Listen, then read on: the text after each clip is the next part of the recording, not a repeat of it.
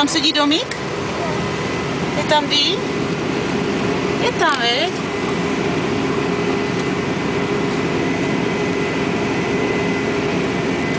Jede Olí. Kde jede? Tady. Co to jede? Na čem to jede? No. Co to je? Traktor? No tam něco povídá. Traktor. Sype. Sype, co sype? Kukuřice. No jasně. Se ti líbí? Tomnej.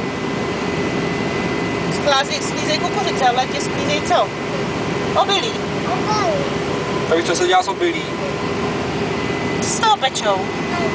Chleba, Buchty hlavně, víš? rohlíky.